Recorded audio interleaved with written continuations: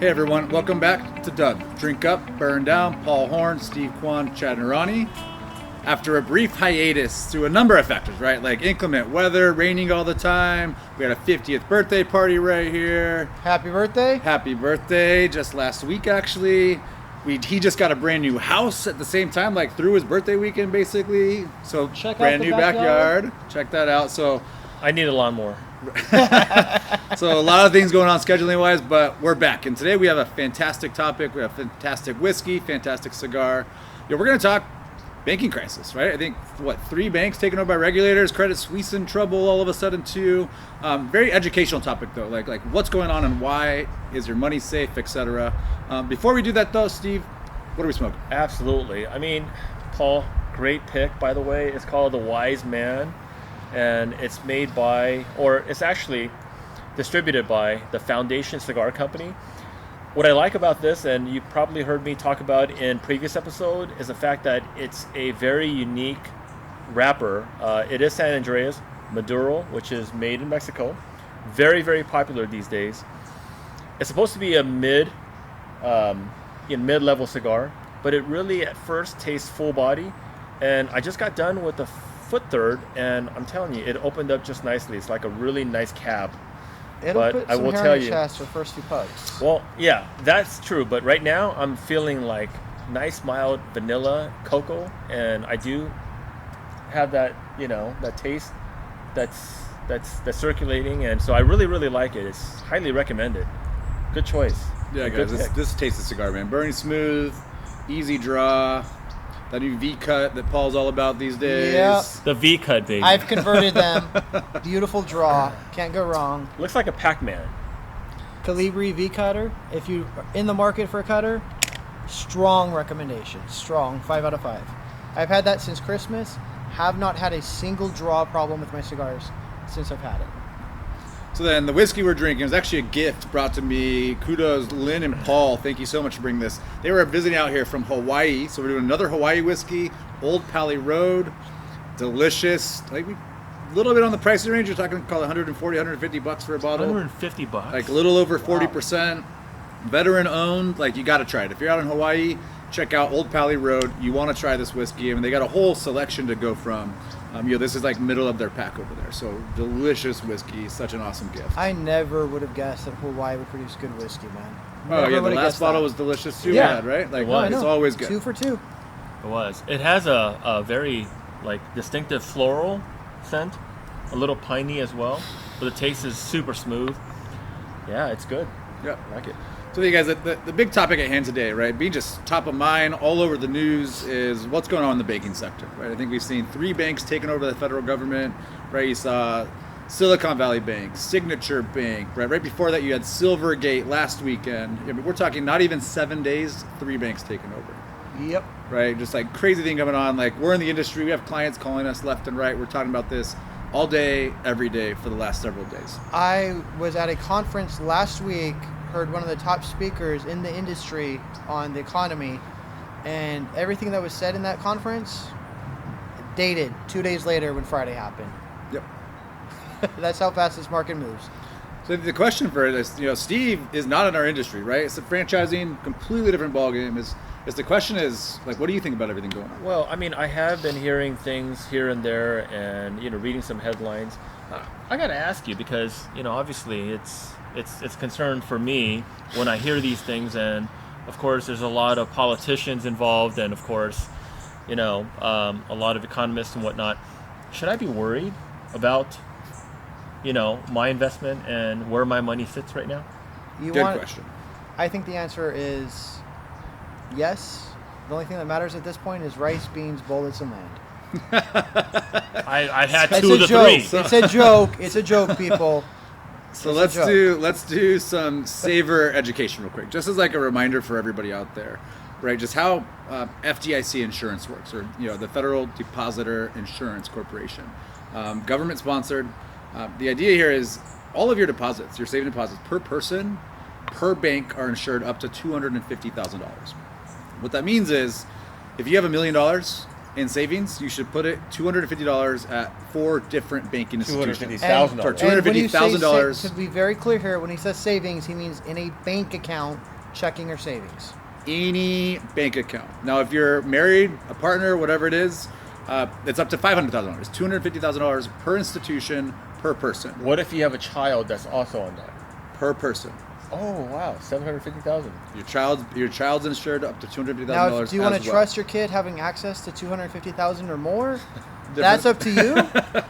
But yes, I don't it does trust give it you with the 20 additional. bucks. So the trick here, though, is at some of these banks, right? And for some people, eventually, like for the ultra wealthy, you might have to have money at 20 or 30 different banks to actually follow those guidelines, right? So maybe say just for you, you have $500,000 in one account. That's the concern now. Is for Silicon Valley Bank goes under, and the FDIC is going to come in and make every account holder whole for only $250,000. The difference could be lost. No, the government, U.S. government has already said they're going to backstop even above the FDIC insurance. And this is really important for Silicon Valley Bank because it was around 95% of the deposits in there did not have FDIC insurance. So they're going to backstop everything. They're going to make everyone whole. But will that trend continue in the future? That remains to be seen. So it's important to just take that extra precautionary measure and just follow the FDIC guidelines. Now, if you're at a bigger bank, like say JP Morgan, they have multiple charters, meaning that they can insure you for more than the $250 per person per bank. And also banks will do what's called FDIC swapping, where they will go out and get that insurance for you. So work with the bank to make sure that you have FDIC insurance. You may not have to move your money if you're at a larger bank, but talk to them to make sure that you have proper FDIC coverage at this point. Okay, question. How about Venmo? Good question. I love that question, actually, because this guy likes to keep all of his gambling debts in Venmo.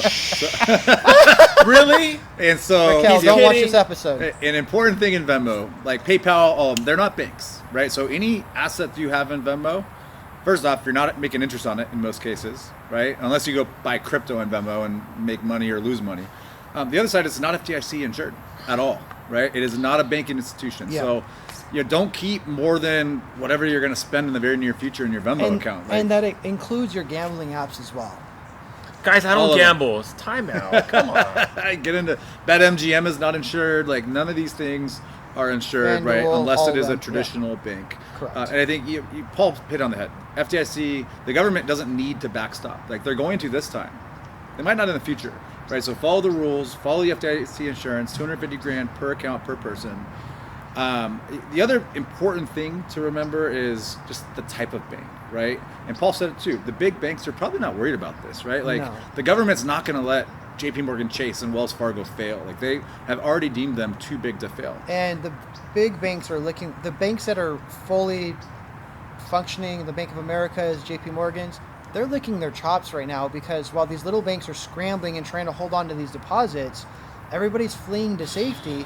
So they're taking the money to the big banks that are deemed too big to fail. So they're the ones benefiting from this whole mini or regional bank crisis, I guess is the best term I can think of for it. Yeah, so let's talk, Paul, a little bit, because again, this is meant to be, I think, investor and saver education day with everybody getting really worried and concerned about their money. Is what is the difference in how the big traditional banks operate and some of these small regional banks from deposits and their loan portfolio? Like, why is Silicon Valley Bank failing? Let's just talk real quick on how banks make money, because I think this is really pertinent to the conversation, right? A bank will take your money that you deposit with them, they'll pay you a modest 1%, and they're going to turn around and take that money and loan it out to someone else, traditionally for like an auto loan or a home mortgage, and they make their difference on that spread. So if they're loaning the money to you at 1%, or sorry, if they're paying you 1% interest and they're loaning that money out at say 5%, 6.5. 6.5. for simple math, we'll say 5%, they're making a net 4% on that money, right? They're paying 1, they're making 5, so that's a net 4% is what they're making on that money. A lot of these regional banks don't have the loan portfolios that the bigger banks like the Wells Fargo's and JP Morgan's do, so they're not as quote unquote stable. Yeah, it's not even just the loan portfolio. Like, the size of it's important. The types of loans are important, right? Like Silicon Valley banks, most of their loans are not mortgages and auto loans. Most of their loans are to venture capital firms and private equity firms that are very risky startup companies. Don't forget Gavin Newsom's 3 vineyards. Right?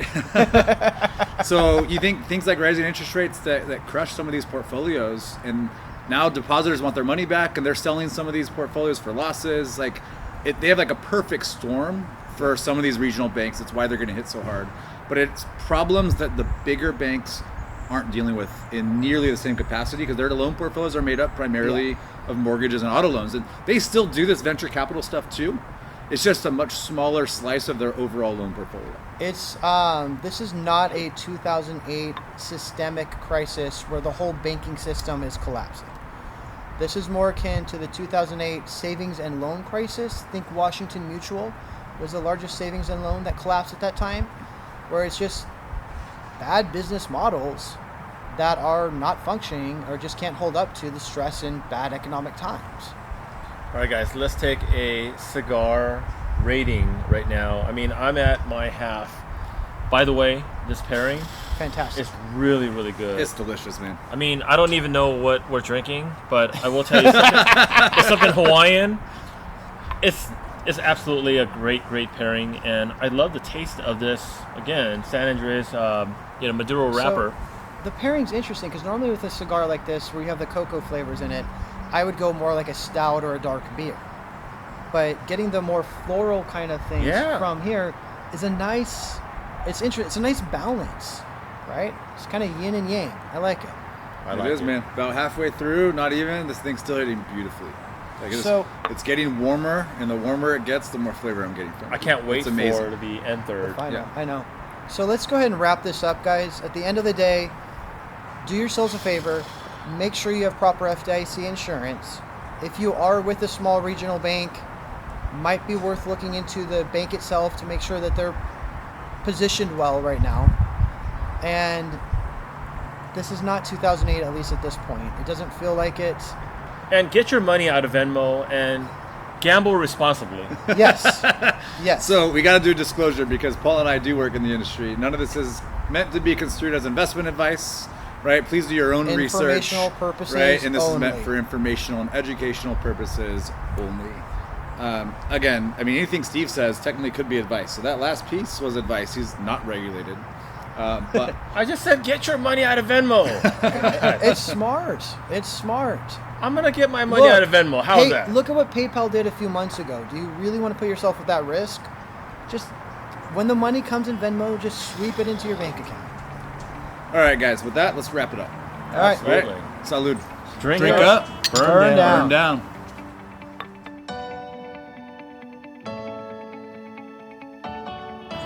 Okay. And she'll organize that stuff. We can do that fucking tonight while we're here. Tonight? Because as soon as you say what room, Let's I do was it. thinking, man, we're gonna get there's rooms. We don't need the really nice ones.